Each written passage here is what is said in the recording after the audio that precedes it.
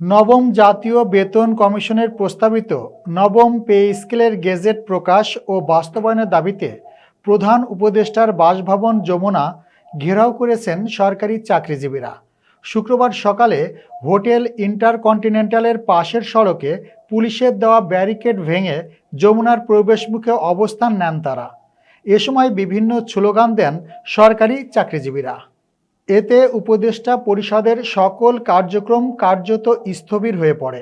আধা ঘন্টা ধরে আন্দোলনকারীরা যমুনার মূল ফটকে অবস্থানের পর টিয়ার গ্যাস নিক্ষেপ করতে দেখা যায় পুলিশকে। এর আগে সকালে নবম পে স্কেলের গেজেট প্রকাশ ও বাস্তবায়নের দাবিতে ঢাকার কেন্দ্রীয় শহীদ মিনারে জড়ো হন সরকারি চাকরিজীবীরা। এরপর সেখান থেকে যমুনা অভিমুখে যাত্রা করেন তারা। আন্দোলনকারীরা জানান, আজকের মধ্যেই নবম পে স্কেলের গেজেট প্রকাশ করতে হবে, অন্যথায় তারা বাড়ি ফিরবেন না। সরকারি চাকরিজীবীদের অভিযোগ, বিগত দিনে বিভিন্ন সময়ে বারবার আশ্বাস দেওয়া হলেও গেজেট প্রকাশ না করায় আন্দোলনে নেমেছেন তারা।